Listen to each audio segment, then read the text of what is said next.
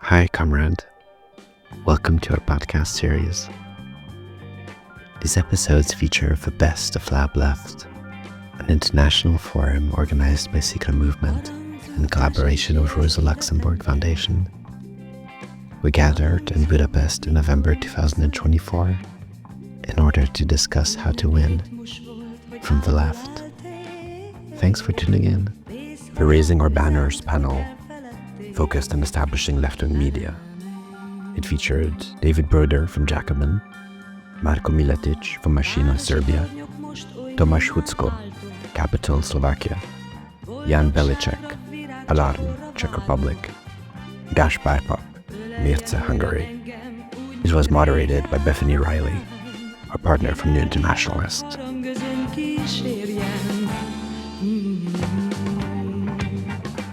So we're here with Beth. Your panel just ended about left-wing media. How do you feel? Or are you just too exhausted? It has been an exhausting weekend, but no, it's been very inspiring. It's always really interesting talking to journalists in other contexts. At New Internationalist, we're an independent media cooperative, and like a lot of independent media publications, we have our, struggles. But we fortunately kind of operate in an environment where we have the right to report on whatever we want. And so, talking to fellow editors working in very restrictive contexts, being forced to kind of self-censor in certain situations, being targeted with smear campaigns, it's difficult to hear. But I think it seems like editors from Mirce, from Machina, from Alarm, they are all very steadfast in what they do, and they're really helping to grow the left-wing movements in their respective countries. So very inspiring. Did you feel like you were talking the same language, or the context was so different that the struggles were really super distinct?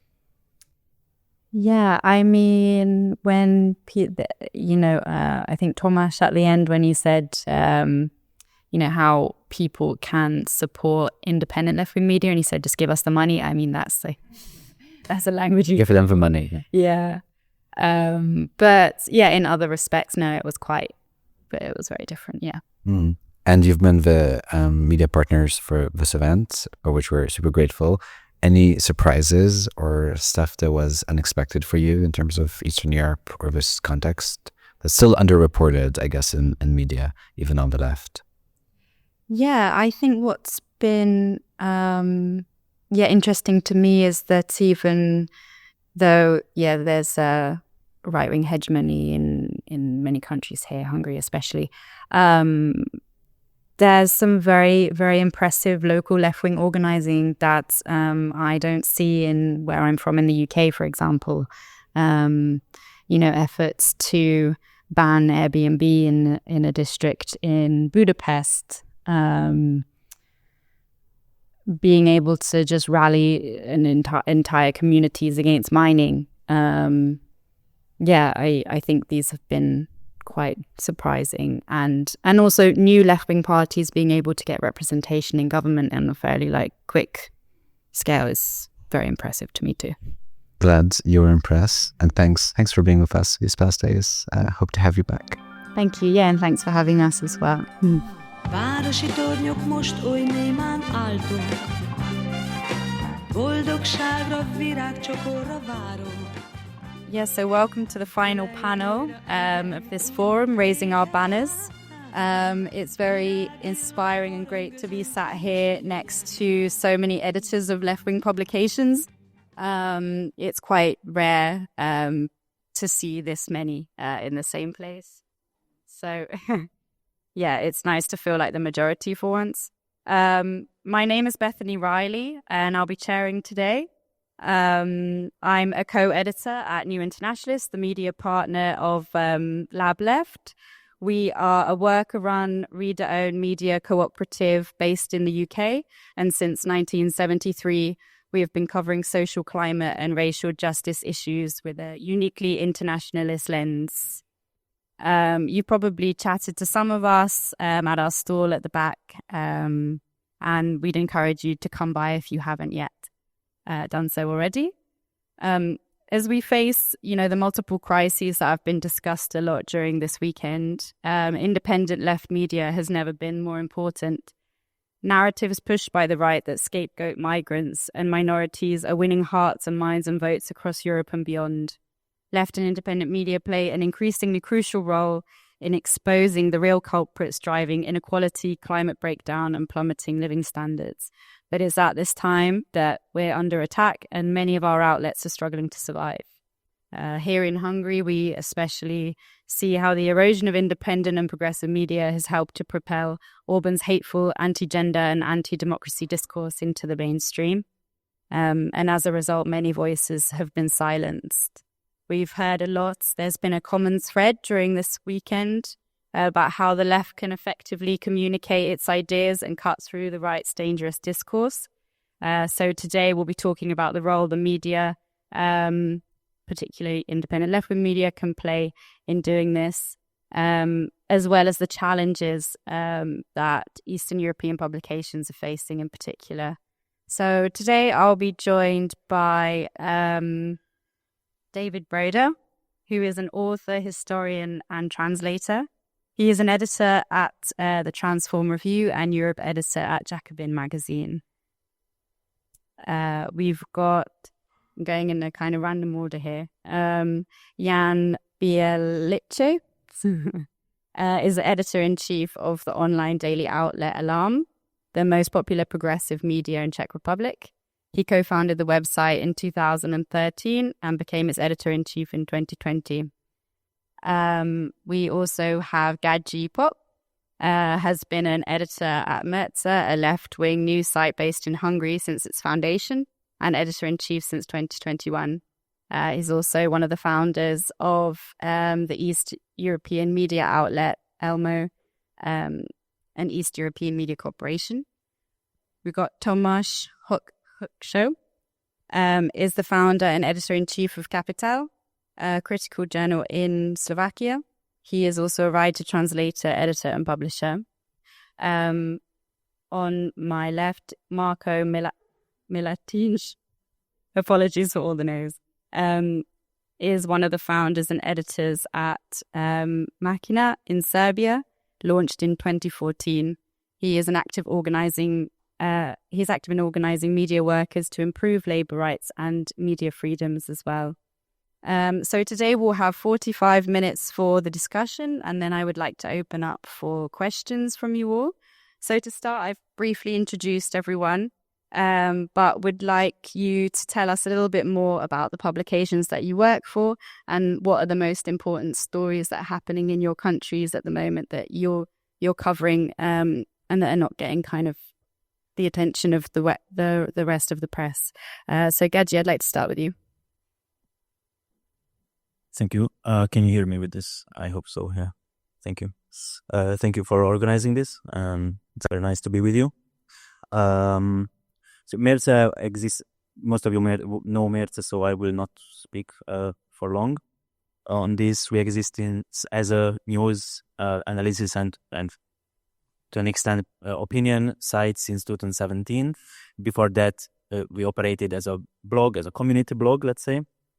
In our editorial, there are 10 to 15 people working on content creation, and the specificity of our operation is that we were the first news and opinion site, media site in Hungary that mostly worked from donations, readers donations, and we still operate from about 80%.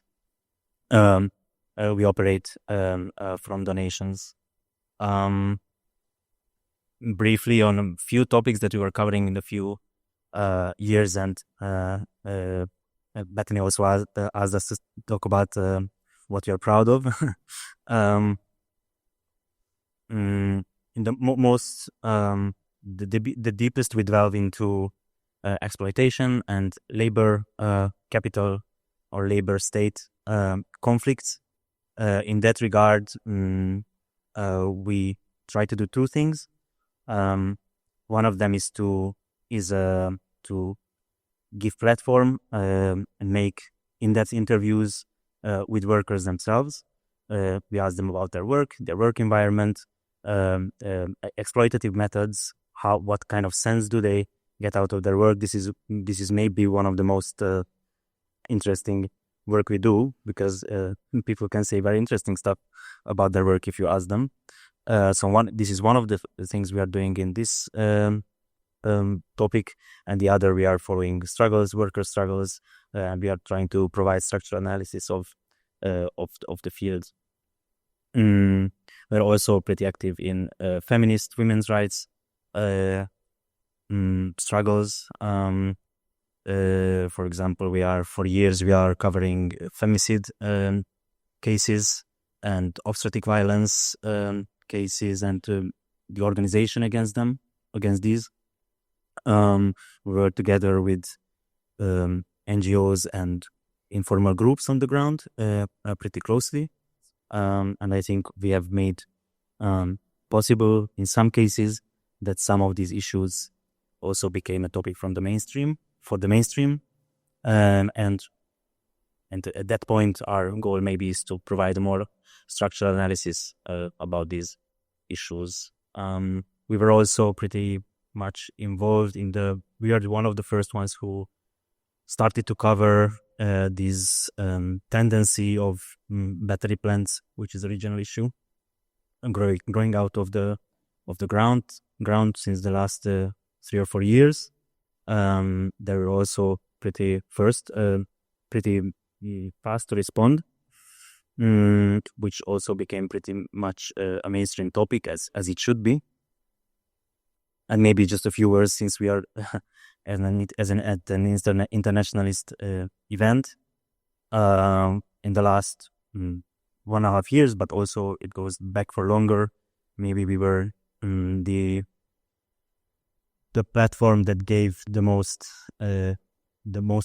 consequent critique of the Israeli government about what is happening in Gaza and the Middle East, and trying to defend and raise attention on human rights violations in this war.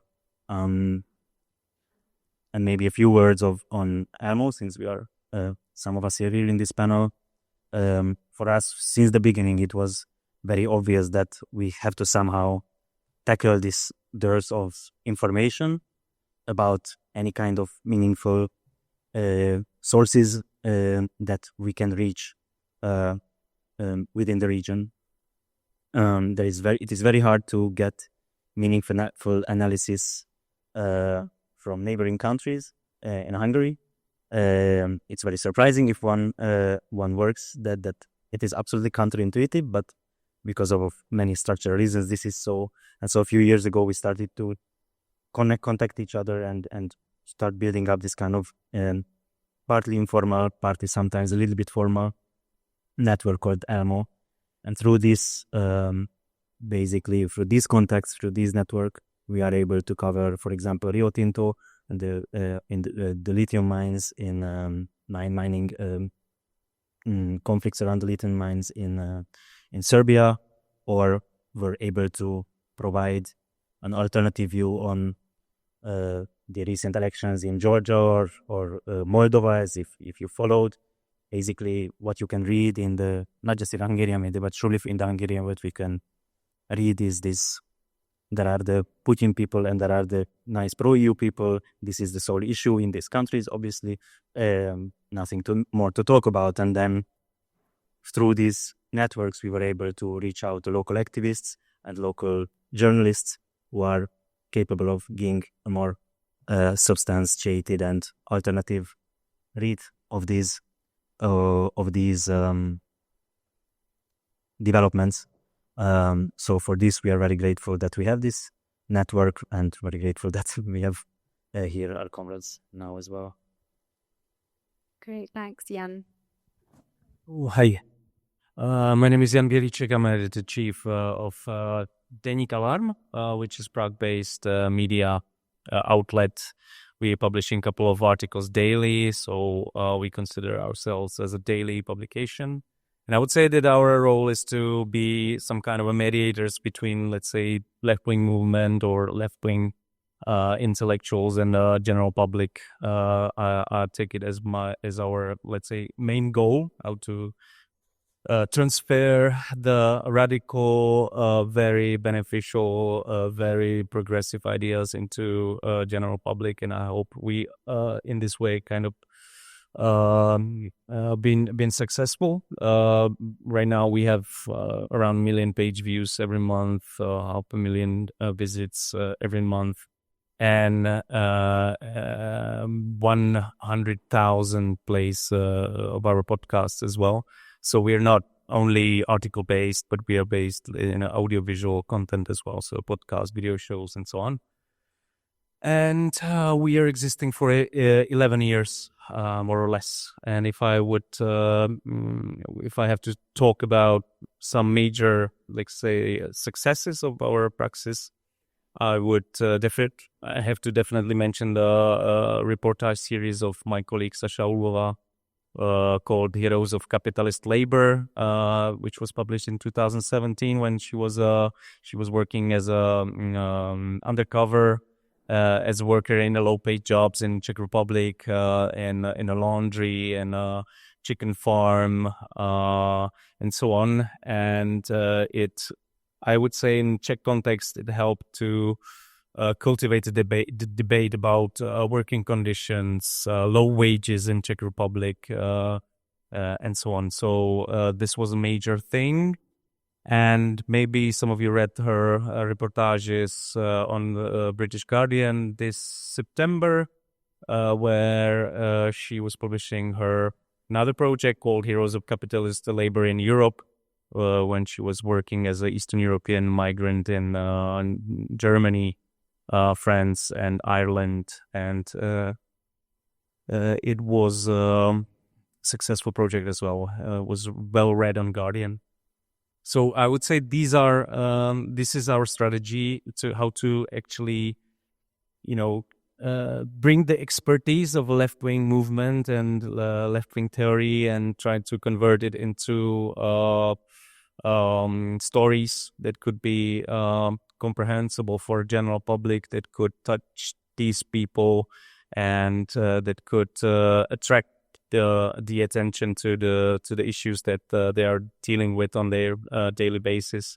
We are not obviously skeptical towards theories and intellectual thinking. We are publishing these as well, but we're trying to be low-key, down-to-earth, as comprehensible as possible, and we see it as our goal, because as writers we are skilled in telling the stories, and that's what we are trying to do. So basically that's all about Alarm, I would say. Hi, my name is Tomáš Hučko, from Slovakia. I'm editor-in-chief of Capital, which was founded in 2017 as a printed journal. Since then, it also became an online platform with articles being published quite often, almost daily. It will be a daily from January on. And since 2017, we also became a publishing house. We have published more than 20 books on different leftist topics. And if you ask about what are the themes we are concerned about right now, besides the maybe very traditional leftist topics, as Tamáš mentioned, in Slovakia, it is now also the destruction of culture and cultural policies. That's a huge topic for the country, since our populist/fascist government is destroying as much of the culture as possible. So this is pretty important. We are dealing with it in series of articles and podcasts and videos and so on. Also, I would second you, Gaji, when you mentioned the war on Gaza. We're also, I think, one of maybe the only medium in the country that is also giving a voice to Palestinians in this conflict. And I think that I would keep it short in the beginning. My name is Marko Miletic. I'm co-editor of web portal Machina from Serbia. We started in 2014, 10 years ago, and this was a period when we have a small emerge of a new left in Serbia, and in this process, basically, we realized that we don't have any left media in Serbia at that moment. So this was the main idea, to create some kind of a basic media infrastructure that would be some kind of channel for left activists, left politics, organizations, and so on, to transfer this to mainstream media and general public. I think that 10 years ago, 10 years after, we can say that we succeed. We have certain success in this. At the beginning, we started actually as educational project because we didn't have left media, but we also didn't have left journalists, we didn't have left editors and so on, and none of us actually was trained or educated as a journalist. We basically start to self-educate ourselves, and this was a process of 4 years actually of self-education. And then after it, let's say like 5th or 6th years of existence of Machina, we started to kind of professionalize our editorial board and so on. And at the moment, there is 7 of us who are regularly monthly paid to work on this. A lot of collaborators around this, and so for the topics, if I understood, like the most recent topics, actually, I would mention this. As I said, we are trying to be some kind of a channel between left and general public, and that's why we are trying to write and to follow what are the most important topic in general public and in general in society in Serbia. Recently, in last years, we were writing a lot about Rio Tinto company, about lithium mining battles that were happening in Serbia. Constantly, we are trying to give a space to left activists, to left any kind of political thinking about these issues, and this was our this was something that we could give to mainstream media and to general public, because in the mainstream media they will speak about this, but not from the left perspective. And also in next. Last couple of weeks, there was 3 weeks ago, I think, there was we have the collapse of railway station in Novi Sad that immediately killed 15 people on a spot, basically, and this wasn't just an accident. This happened because of the reconstruction of this railway station is basically part of the huge corruption, processes that are happening in Serbia. And immediately this provoked a lot of protests, demonstrations, and so on. A lot of activists were jailed and so on. So this is happening in Serbia at the moment, and we are really following it and writing a lot about this, and also doing a lot of content on social networks on this topic.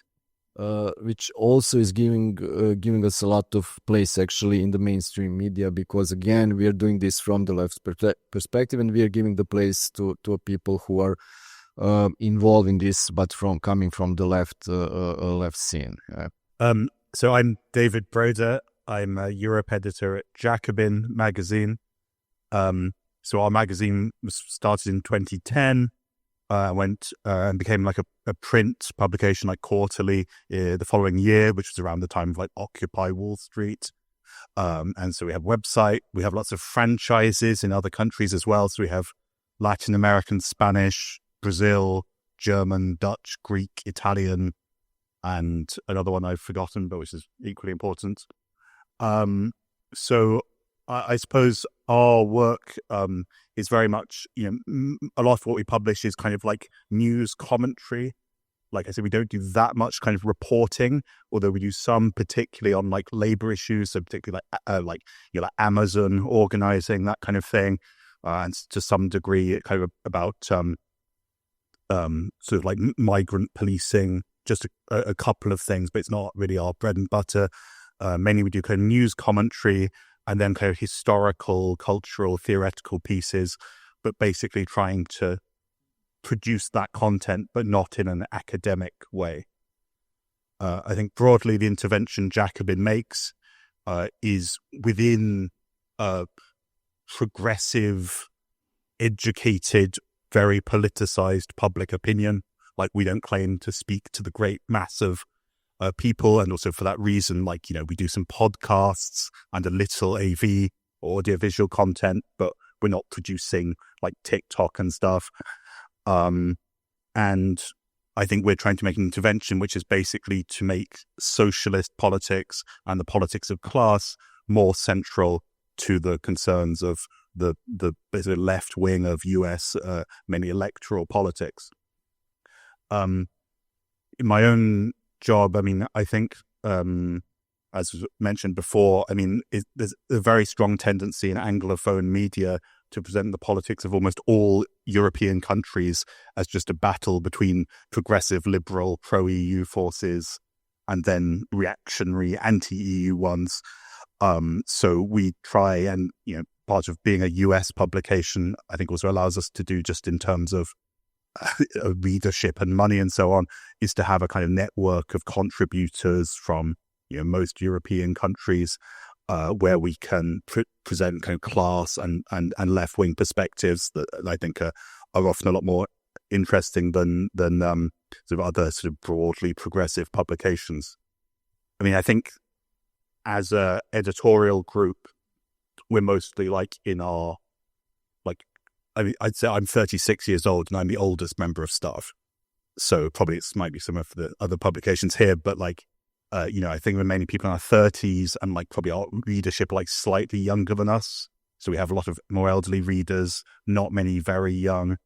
And a lot of our journalists and contributors are kind of journalists quite early in their careers, I'd suppose. And like, I think one thing that we've been quite effective in doing, although maybe we shouldn't be credited for it as a magazine, but like, a lot of our writers then go into more mainstream outlets. And I think like, and I sometimes do myself, but I think like it's important, of course, to have people writing about, like the series Jan mentioned, like people writing about labor issues for like The Guardian or the NYT and so on. And some of our comrades do that. But I think it's also, of course, important to have a kind of a magazine as a kind of space for like a collective discussion, and in a sense a sort of loose community of contributors and readers. I'll just finish by saying, like, I think our, it's not like, oh, we had a genius idea for a magazine and then it was a great success. I mean, basically what happened was the aftermath of the 2008 crisis, then like Occupy, BLM, the Sanders movement very much created the conditions in which we exist and heavily shape what we write about. And in fact, I'd say have changed the politics of the people concerned. We have undoubtedly become, as a rule, and not exclusively, but like I say, overall, we've become more like reformist and oriented towards like electoral politics, because something of an opening for that has opened up. But it's not like we're the like journal of the Democratic Socialists of America or something. Some people sort of make that connection, but I think we exist within the same movement of opinion and organizing. And we try in our own way to be to create an intellectual space and hopefully in a sense of political education, but without claiming to be like the vanguard or something like that. But Jan and Marga, you both talked about kind of being a bridge between the movement and the public, but you're both kind of operating, well, everyone here, well, me and David, in a media landscape dominated by very right-wing publications, centrist publications. So how do you cut through that and get your message across? Well, it's interesting. I would illustrate it on our first motto was alarm is occupying Czech media landscape since 2013. It was our motto because we were kind of outsiders on a Czech media landscape. Nobody was in our team. Nobody was journalists. There were like people who were studying, I don't know, history, philosophy, arts, activists, and so on. And then as we get more into the mainstream, we changed the slogan to "We're creating mainstream together." So that was our strategy we could reform or somehow reconfigure what's the mainstream media landscape in Czech Republic. And I would say we are part of on the fringes of the Czech mainstream right now. We are operating on the fringes of the mainstream. But I would say, and even if I was listening to discussions here, that maybe the whole concept of a mainstream is changing. Like when we're talking about mainstream in a global meaning, we're talking about, I don't know, New York Times, we're talking about BBC and so on, and these like centrist liberal media. But there's a whole new media landscape that's operating behind, as Naomi Klein wrote it, behind the mirror or in the mirror world. And maybe we should redefine like what our focus should be, like how to get into this different media spheres that emerged in the last years.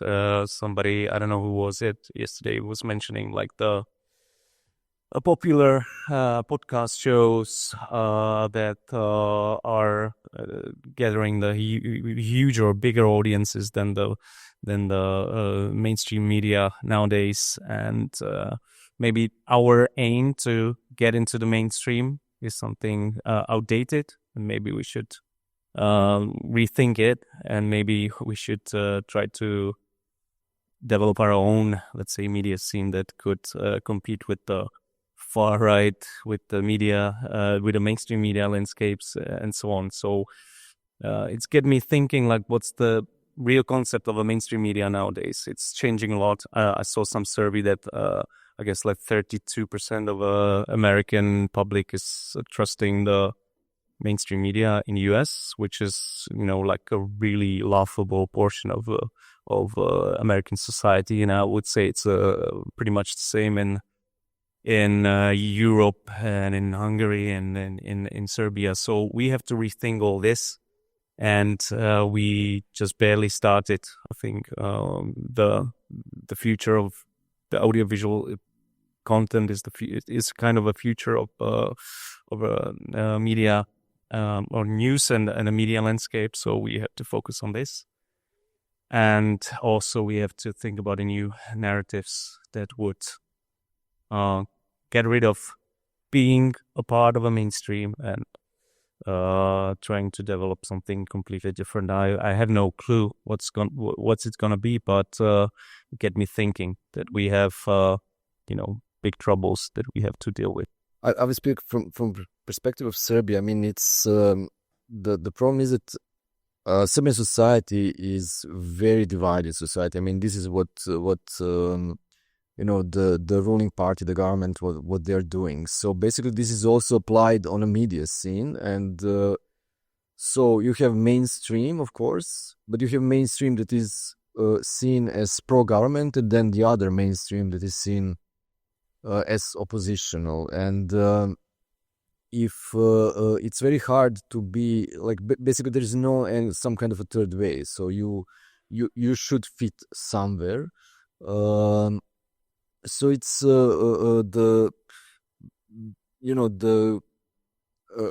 are usually fit obviously on this oppositional side, and I think that in Serbia at the moment, like the majority of people simply believe in mainstream media, but they believe in this kind of pro-government government side, and the other side actually is basically centrist liberal, but still oppositional, and they're also fitting us there. I mean, we are not mainstream, but if mainstream is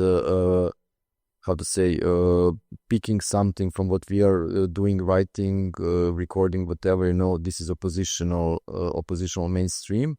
And of course we are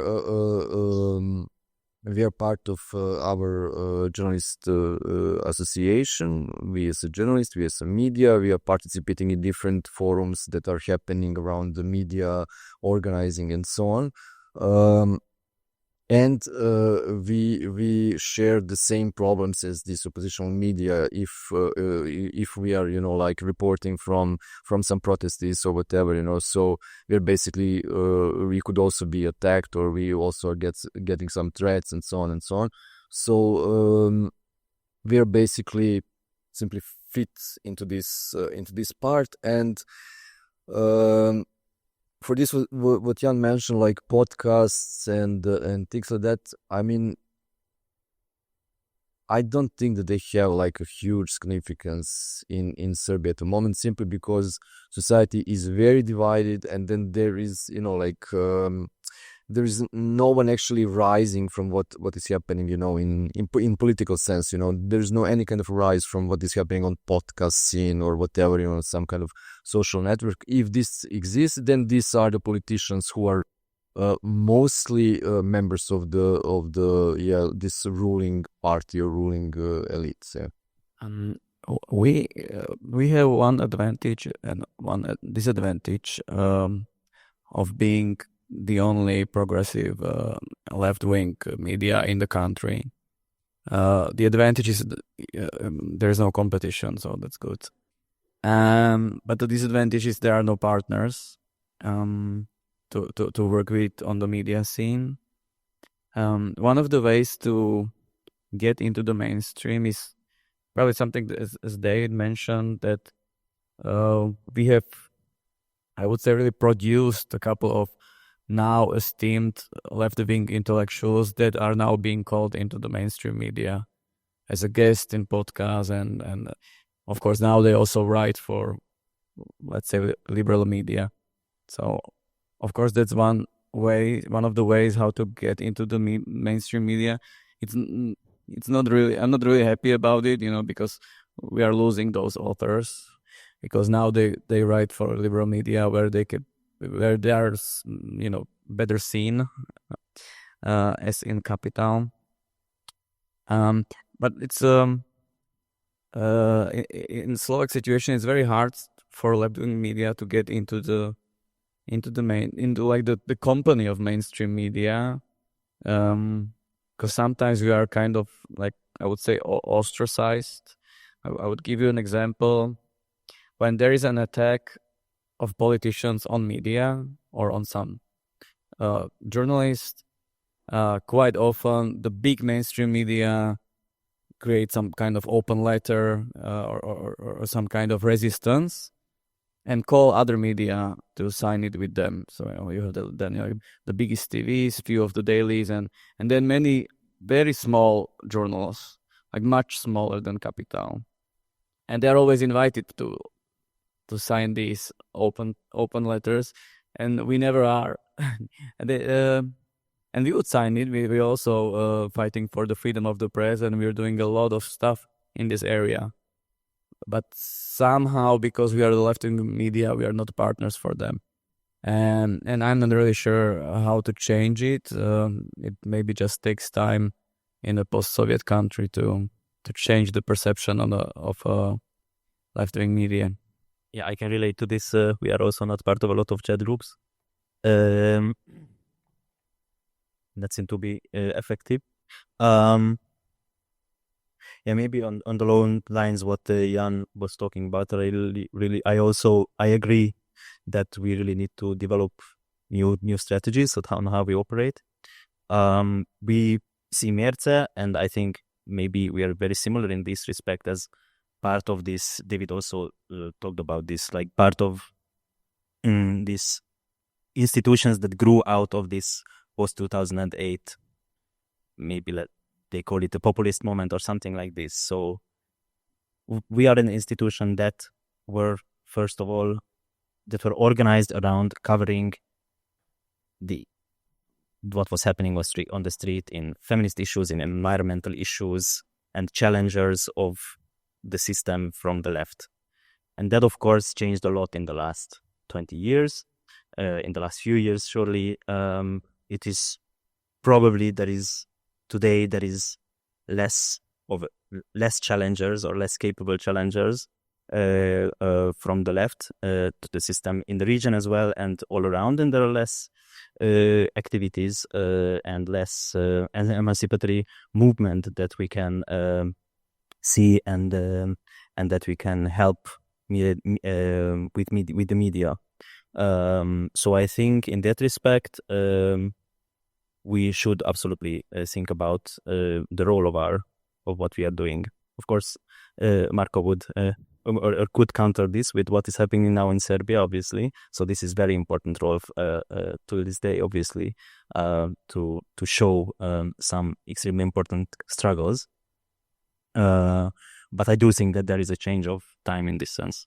I mean, the situation in Serbia is such that simply, as I said, society is extremely divided into, two specters. And what gave us this kind of bigger visibility in the mainstream or bigger presence in the mainstream is simply that like 90% of all kinds of oppositional actors, they're like parties, organizations, activists, students, and so on. In the case of Rio Tinto and then later what was happening now, realized that they need to work together. Like these topics were so huge and so big and so important to public that simply like you have really like the huge spectrum from left wing to right wing, that is working together on these issues. And we are covering this from the left perspective, but the mainstream is lacking this, So the mainstream will be, kind of liberal centrist or right wing, but they're lacking kind of left perspective. And because all of these actors are working together, they need to include also this. I mean, they're willing to see and to hear like what the left is speaking about this. And but simply, situation in Serbia at the moment is like that, and this gave us this opportunity to be closer to a mainstream and more visible in the mainstream. Yeah, and I suppose it's not just not being platformed that makes it hard to get your message across, but as you were saying, Tomasz, press freedom issues, restrictions, and here in Hungary, journalists have been targeted with spyware, subjected to surveillance and attacks from politicians. Has that affected your work at Metza at all? And how do you kind of navigate those threats and risks to journalists? Yeah, maybe shortly. We are not that important and dangerous to them to target us specifically. There are a few occasions when they did, and of course, the general strategy of the government with all the state resources is to try to make people numb on social issues and stop any alternatives to be built up. And of course, this is a general strategy, and as part of those, we are also targeted. And of course, this gives a general feeling of sometimes of powerlessness. This gives a general feeling of there's a lot of let's say, it's very hard to not be burnt out after this. It's extremely important, and we are trying to find our ways in this to be a very supportive workplace, to be a very supportive workplace. And this is something that we are talking about quite a lot in the last 1 or 2 years, but it's a constant challenge. There was maybe one instance which I can talk about, which is a common experience with Mérca and a lot of Szikra activists, which we lived through the last 2 years.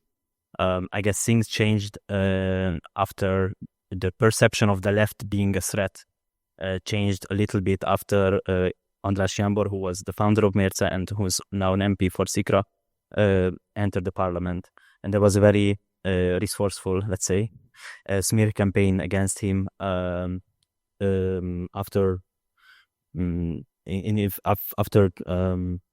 neo-fascist march and in 2023 February, there was a street violence organized by anti-fascists from Italy and Germany, and they were trying to frame András and Szikra, and a little bit also Mérce, as being instigators and being concrete organizers of that.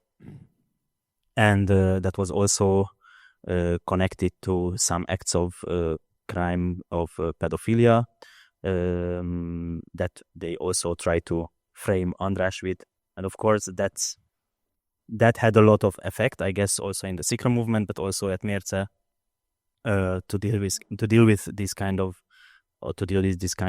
smear campaigns. That of course instigated also a lot of well-funded state and government attacks, but also attacks from the streets, from just citizens being very enthusiastic about attacking us this or that way.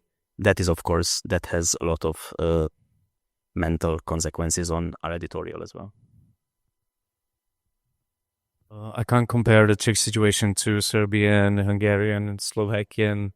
It would be ridiculous. So far, we will see what's going to happen next year after the elections. I think it could get tense in Czech Republic as well pretty soon.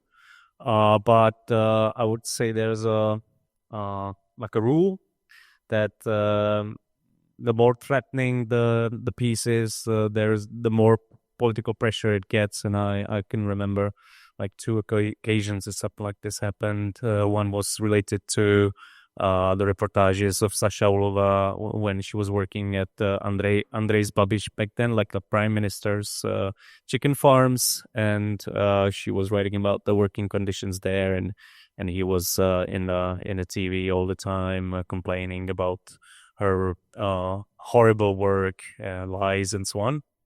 There was this type of pressure. The second example would be the huge case of a sexual violence of one of our Czech MPs that we were covering. He's in jail now, but back then it was an immense pressure on our editorial team to kind of destroy us, or at least the journalist who was doing this job. So if the pieces, if pieces are threatening enough, they naturally bring this political pressure as well. And the last example would be, I don't know, we were doing a series about this anti-gender movement in Czech Republic, and I think it was called like Between God and the Far Right or something like that. And we end up in the court because of we were writing about this one organization, like Movement for Life. I think it's the English translation of this, the name of this organization. We claim that it is anti-women or against women, and they were trying to sue us for staining their reputation, and they lost. And even the judge said it's absurd to be in a court because of this. But no, these organizations, especially ultra-conservative, far-right, are producing and trying to produce more of these slap suits. And I guess like Marko would tell you more about the slap suits in Serbia and so on. There are many attacks on journalists by the governing parties. As you may probably know, like our prime minister is well known for calling journalists anti-Slovak prostitutes. So that's a direct quote. So obviously the situation is not great, but as Gaji said, we are not that important, so they don't attack us directly. But obviously the discourse they are proposing, not only against journalists, but nowadays it's mostly against NGOs. There is this huge fight against NGOs in the country. They are proposing a law, as almost everywhere else, the law that NGOs would have to be have the sticker of a foreign agent. Is this Russian law that is coming everywhere. So in this atmosphere of anti-NGO atmosphere, we have a huge amount of hateful comments under our articles or videos that we should be banned, or we are Soros founded NGO, and unfortunately we are not. So like I would really appreciate Soros money, but we don't have them. But still we are being called a Soros medium. So you get a lot of hate in the comment sections on the social media and under the articles.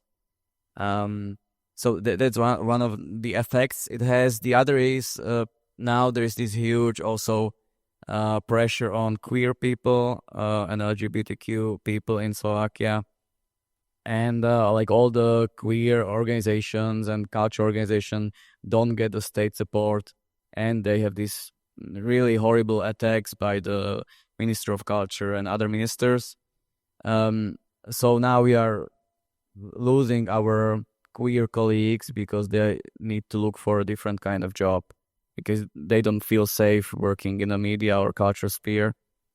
So this affects us and them a lot. Does it have any impact on self-censorship at all? If you receive a lot of abuse? No, I don't. Well, I don't feel it yet, or like none of my colleagues auto-censor themselves, as far as I know. Marco, I know that journalists in Serbia face smear campaigns as well. Yeah. As Machina, we were once targeted by one smear campaign. We got some threat messages from time to time. We were attacked during reporting.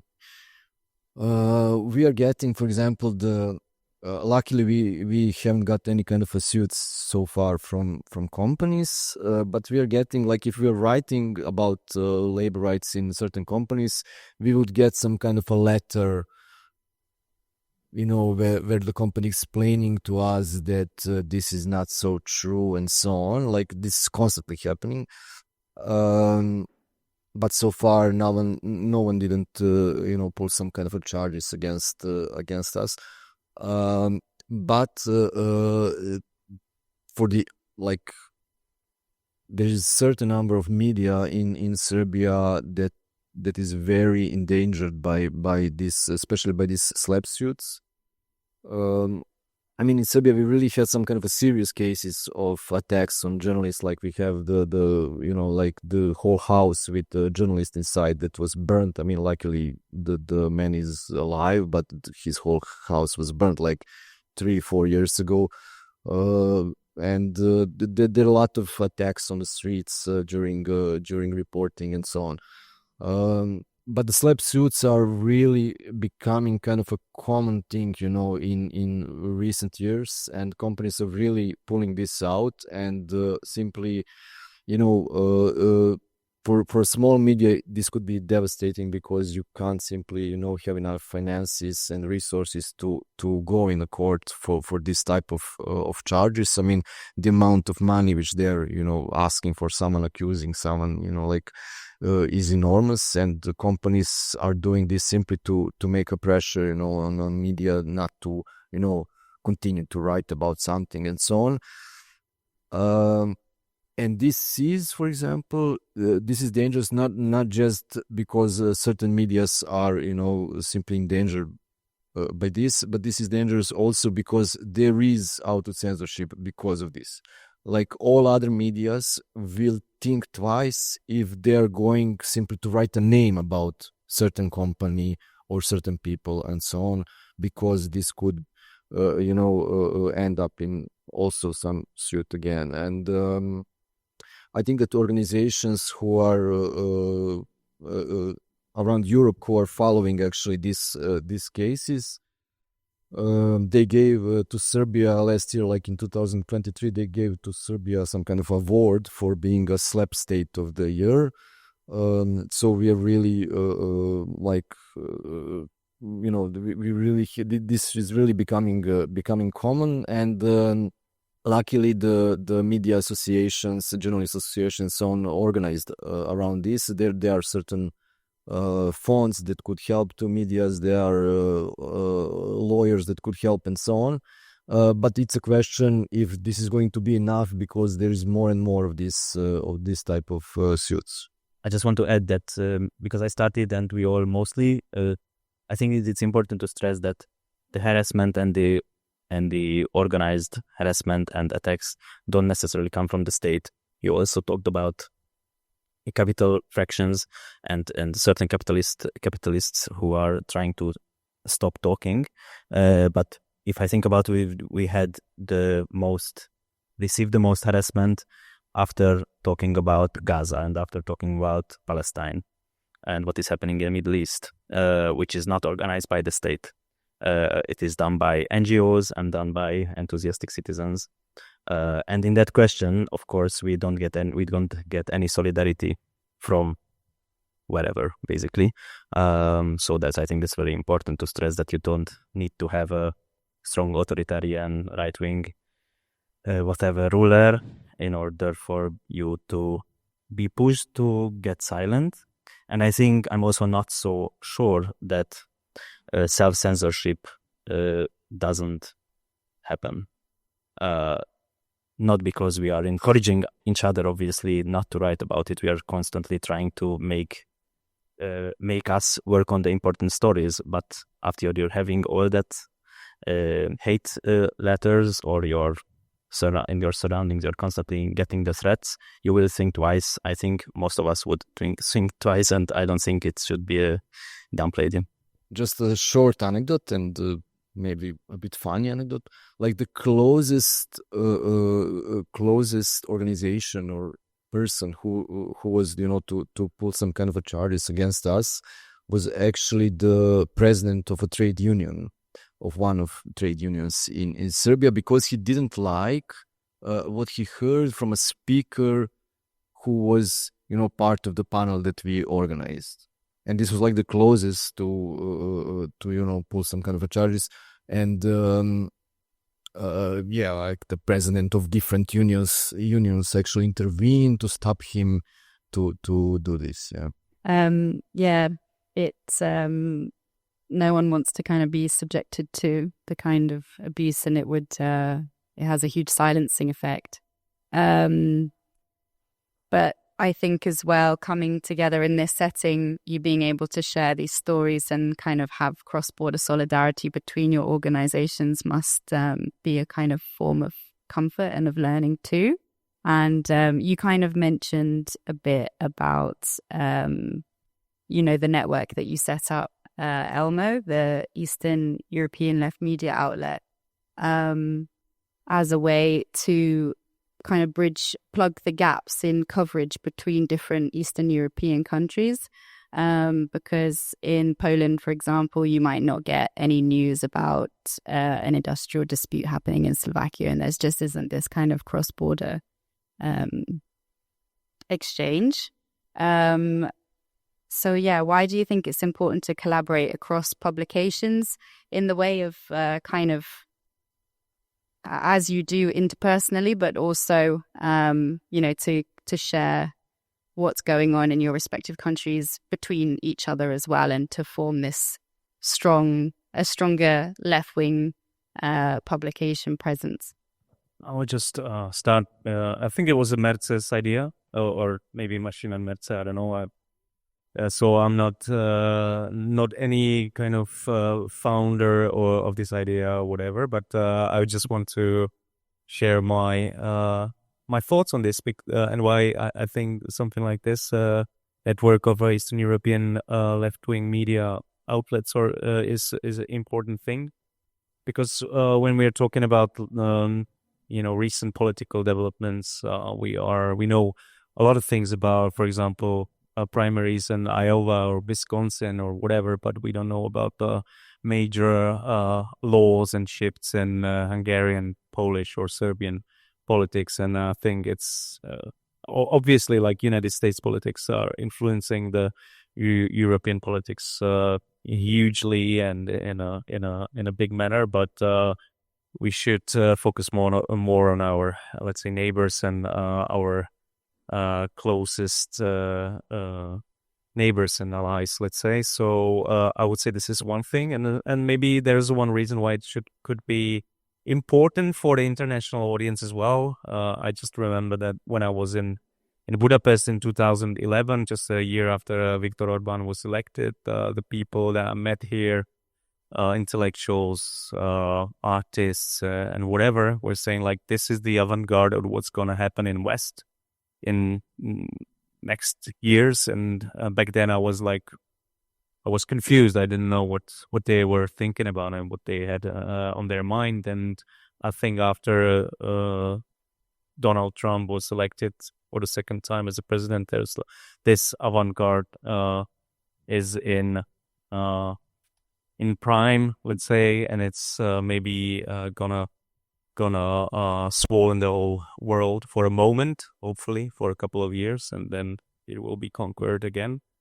But maybe it was a laboratory for these like reactionary political forces to be explored more deeply in Eastern Europe, and maybe that's why it's important to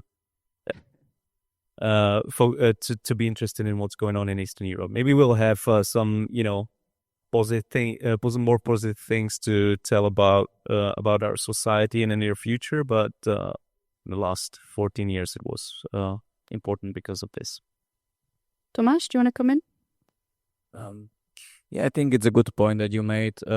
Seeing an example of what is happening in the neighboring countries, because I had the same experience like many, like 7, 8, 9, 10 years ago. I talked to all my Hungarian friends and explained the situation, and I took it seriously, but I thought like, I'm sorry for you guys, but we were fine. It's not happening in Slovakia, and now it is happening. And I think that now, for example, you guys in Czech Republic take it much more seriously. Like you really realize that you are not immune to what is happening. And I see it now that with all the fuck-ups that are happening in Slovakia, all of my Czech friends in the media take it very seriously and talk about the lot and write about the lot, and you invite a lot of us to your podcast and talk about it. So I think this is really important for our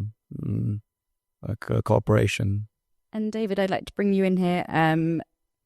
Earlier this year, Jacobin published an op-ed titled, although it kind of doesn't seem so at the moment, but No, Eastern Europe Isn't Doomed to Right-Wing Rule.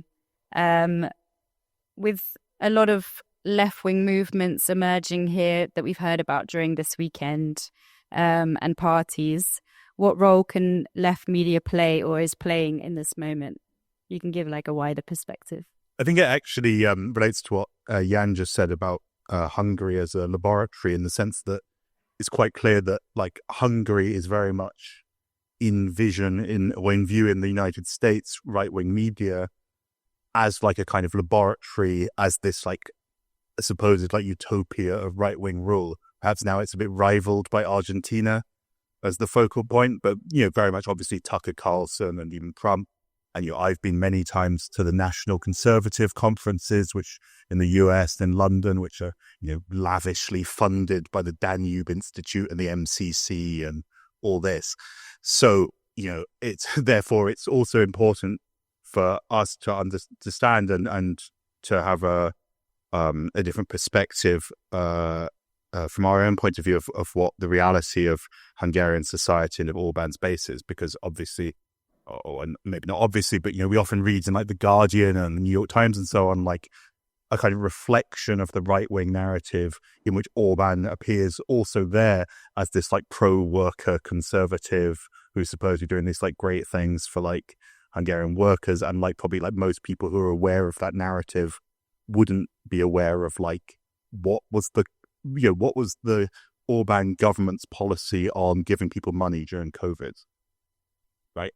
So, okay. So I think also like, with the article to which you refer by Roman Boskovsky was about the initiative, the Central Eastern European Green Left Alliance, and like an attempt to bring parties together in this region. Of course, that initiative very much expressed a disappointment with a lot of the left-wing reaction, including, and probably particularly in the United States, to the Ukraine war.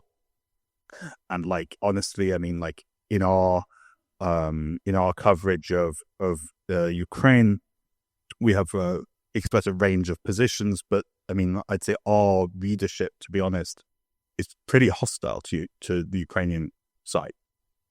Like, if you read any Jacobin article about the Ukraine war, the huge majority of the comments accuse us of being, you're the NATO compatible left, this kind of thing.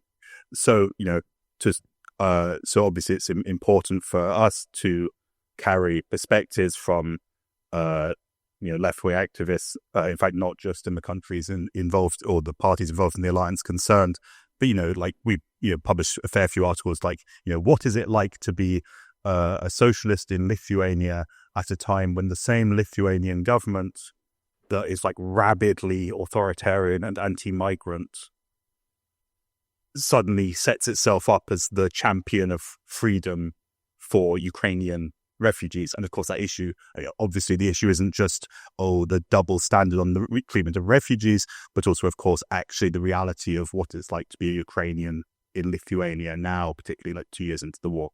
So, so in our way, we try and tell some of those stories, but it's certainly also true that we could be a lot better at having more voices and more contributions from actually most Central Eastern European countries. I mean, and part of why I'm here and having conversations with people here is I hope we'll be able to do that.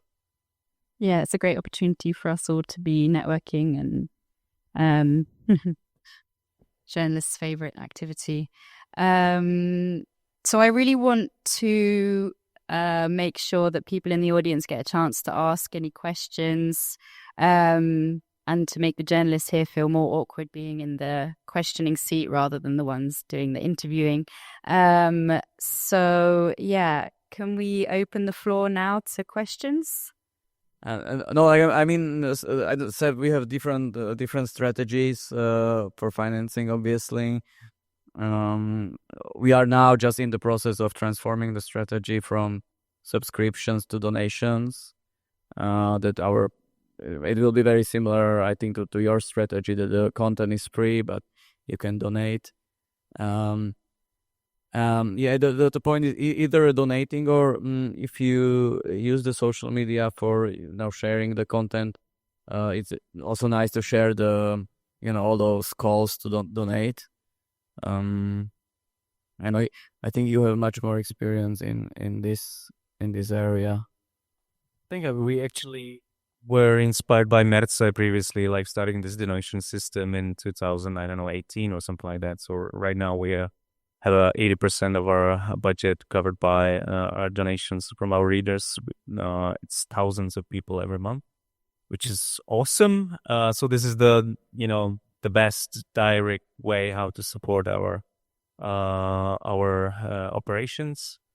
But apart from that, I don't know. I would like to know if there's an interest, for example, among the international left-wing audience.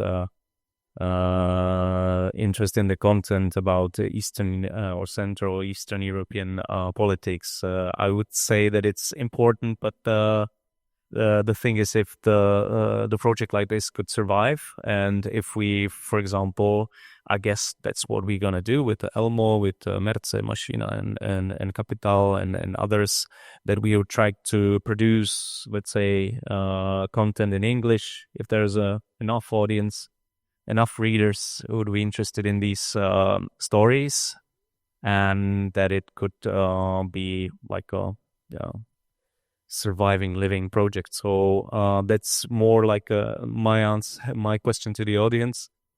But apart from that, read us, support us, and promote us everywhere you want, and you can. Yeah, I mean, one thing, like, not exactly for the like survival of our magazine, but I think that's very important for its like, keeping it as a living project is like, we always strongly encourage like the creation of like readers groups for like our readers to actually like meet up and talk about, like even just like get together like 3 like 800 word articles. And like, you know, a lot of people who felt like, you know, politically, like, and actually I'd say like a lot of the times our readership has grown has often been actually in response to like, say things like, you know, like Trump's first victory or so on. So like a lot of people who feel a need for like political community, but who are very like, who might be like a bit atomized or just like reading online, actually like we encourage people to hold like physical meetups to talk about the articles. And actually like more than 30 of those groups turned into like DSA branches, like when that was growing, which meant we lost our readers groups. But you know, so I think it actually was quite interesting in terms of producing some sort of political community from people who might otherwise have been, like not necessarily want to join a political party or something. Well, I would agree on all of this. So maybe to add something new. In Serbia, we have a problem with donations simply because of the technical reasons. It's very hard actually to collect donations that could give us some kind of sustainability. So we need to find other ways, although we are trying to collect donations, and this is always kind of appreciated if someone can donate. What could be important for us and maybe for other media who are doing, for example, reporting, like sending a content. From time to time, we ask people to send us, like photos or videos from something that is happening, and that we could, write about, cover it, share it, and so on. This could also be very helpful to us. And also, what we did a couple of years ago, and I think that we as media still can do this and help to a movement, and then got something back. We were working with trade unions, and educating them how to write statements, how to send the statement to a media. How does it look? Because it's if you're simply if you're formatting your text correctly, and then you send a proper Word document, it's easier to publish something. So it's always good if some organizations, and readers, simply send some kind of properly formatted, text. That's it. Yeah. Yeah, I think as always, it's being in parts of left movements, left media is just so important, and you're playing a role almost as an activist too if you support and subscribe to left-wing publications. So would definitely recommend following everyone here if you don't already, and keeping up with what people are doing. I think we have time for one more question if there's any. Yeah. Hi. So it's not lost on me that you're all men. That's great. I'm glad you're here. I'm sure that there's a reason, and my question is not about what about the women in your communities and all that kind of stuff. It's actually more about how the left is working towards really representing, I guess, gendered stories and making that important. And I know Marko will know this. We have sort of commercial leftist, I guess, publications like Nin or Radar, and in a whole year, these are weekly magazines, and you'll see 2 women on the cover. And you will hear from the reporters who are men and women complaining about this. And it makes a huge difference to the representation of leaders in our societies and stuff like this. I've noticed it's a real problem in Serbia. I've noticed the media really chasing male heroes to put on these covers, or just old boomer politicians that are, the same person. And there was a really interesting thing in 2022 during the presidential election where there was a female presidential candidate, and it wasn't her on the cover of this left-leaning publication. It was actually a member of her party who was a man. And so I would just love to hear from you guys, and even if there's women in the audience who represent any leftist media, about how this looks in the left space.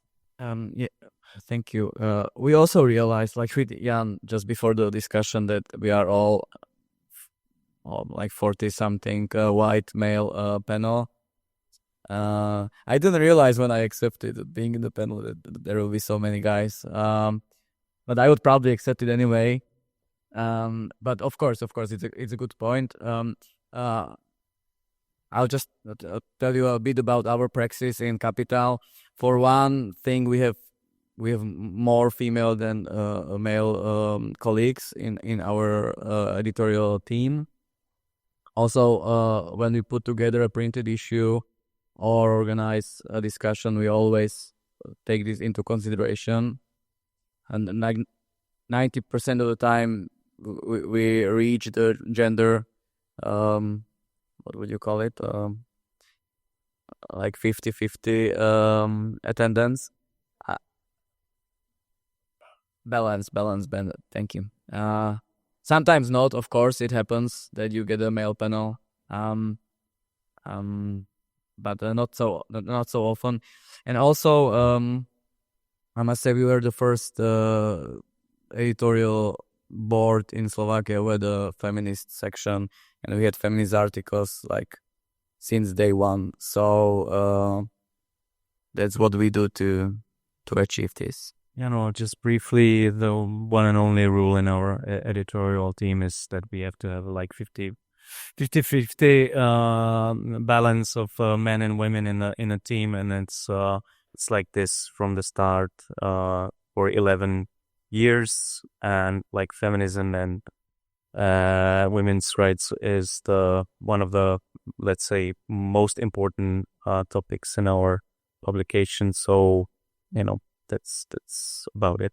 I guess for us in the last few years, what we achieved in this respect is that we created workshop inside the editorial where only women work, but not only on issues that concerns women, but other issues as well. And also when we, in terms of when we are dealing with workers' rights or labor struggles, we tend to, or at least try to, have also a women's rights perspective, a feminist perspective. I guess that's what I could say.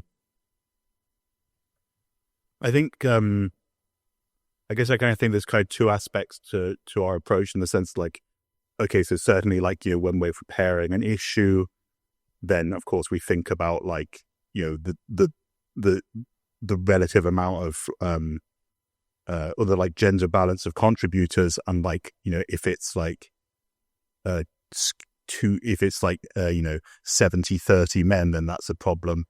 And then we like commission to like, it's not like we have like a quota or something, but like we'd certainly like change the commissioning in order to make it more balanced.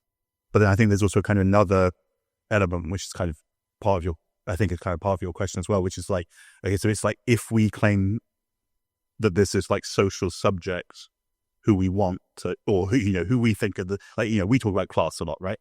So it's like, if we're talking about class and the bits of the working class we're talking about are like, if we represent that as like male industrial workers, even in like, also in like kind of artwork and stuff, then that's obviously like a problem. So obviously we need to think about like the, and it's like a bit like actually I said before, like with the, the idea like, oh yeah, like the working class, people say, oh, well, the working class votes for the far right. And then the idea of what the working class is like, like retired ex-miners and this kind of stuff.